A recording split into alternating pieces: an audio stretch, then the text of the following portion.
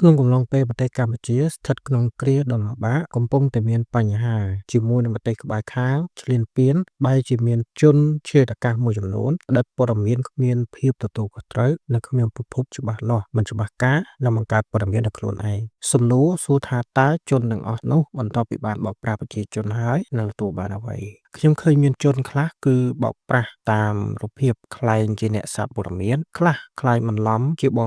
ងកងទ័ពដើម្បីទទួលបានជំនួយ ហើយខ្លះទៀតយករូបរបស់បងកងទ័ពមកបង្កើត account ក្លែងក្លាយដើម្បីកេងគោលជំនួយ ហើយជនខ្លះទៀតគឺយករូបភាពចាស់ៗមកផុសបំភ្លៃព័ត៌មានដើម្បីបាន audience ដល់ page ខ្លួនឯង ឬក៏ធ្វើឲ្យ page ខ្លួនឯងរីកដែលធ្វើឲ្យប៉ះពាល់ដល់ប្រជាជនដែលធ្វើឲ្យពួកគាត់មានភាពភ័យខ្លាច ហើយខ្លះទៀតបាក់ទឹកចិត្ត ហើយរឿងទាំងអស់នេះពិតជាគ្រោះថ្នាក់ណាស់ ពីព្រោះវាអាចបង្ក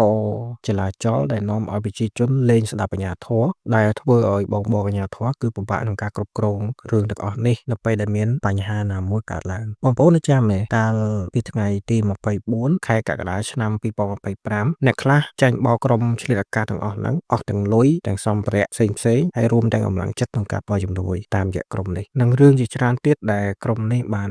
បោកប្រាស់ប្រជាជនខ្មែរយើង ខ្ញុំឃើញមានជនខ្លះទៀតបន្ទាប់ពីខ្លួនឯងល្បីហើយគឺឆ្លៀតឱកាសក្នុងការទម្លាក់ QR code ដើម្បីប្រមូលលុយជំនួយដោយយកលេសថាមិនចង់យកនិងលេសជាច្រើនទៀតដែលជនទាំងអស់នេះបង្កើតឡើង ខ្ញុំនិយាយត្រង់នេះគឺសំដៅទៅដល់អ្នកដែលបានបោកប្រាស់មិនមែនទៅលើអ្នកដែលបានជួយពិតប្រាកដទេ ពីព្រោះមានជនខ្លះបានឆ្លៀតឱកាសដើម្បីផលប្រយោជន៍តខ្លួនដោយបងបានដឹងរឿងស្រាប់ហើយរឿងលុយជំនួយនេះ ហើយជនខ្លះទៀតខ្ញុំឃើញពួកគាត់បង្កើតវីដេអូ AI រូបភាព AI ដើម្បីមកវក់ខ្មែរបំភ្លៃព័ត៌មានបង្កើតរូបភាពដែលធ្វើឲ្យប៉ះពាល់ដល់ប្រជាជនយើងខ្លាំងមែនទែន ហើយជនខ្លះទៀតហ៊ានទាំងថតរូបបង្ហោះរូបភាពផ្សេងពាក់ព័ន្ធនឹងការចល័តតបការចល័តស្ពាយវុធការដឹកជញ្ជូនសម្ភារៈផ្សេងស្បៀងអាហារហើយជាពិសេសគឺទីតាំងឈរជើងរបស់យោធាយើងតែម្ដងទាំងអស់នោះវាសុទ្ធតែជារឿងដែលមិនគួរទេដែលធ្វើឲ្យប៉ះពាល់ដល់យុទ្ធសាស្ត្រកងទ័ពរបស់យើងគឺពុំគួរណាដែលបញ្ចេញនៅលើបណ្ដាញអនឡាញទេទោះបីជារឿងទាំងអស់នេះមានការបង្ហោះហើយប្រាប់មិនថាតាំងពីថ្នាក់ដឹកនាំប្រជាជនធម្មតាអាជ្ញាធរនិយាយរួមគឺស្ទើរតែគ្រប់គ្នានៅក្នុងបណ្ដាញសង្គម Facebook គឺបាននិយាយប្រាប់ទាំងអស់ក៏ប៉ុន្តែជនទាំងអស់នេះគឺ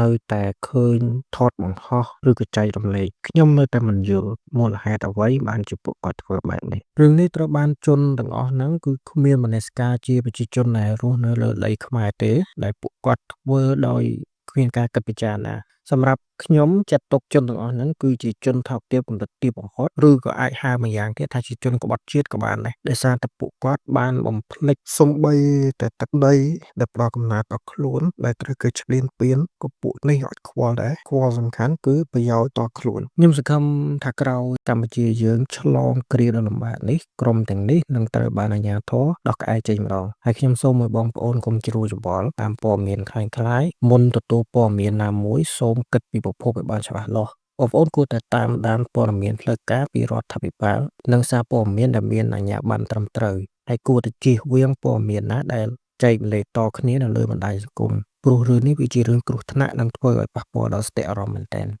ហើយផេកខាងក្រោមនេះដែលបងប្អូនគួរតែតាមដានសូមសំណាងល្អ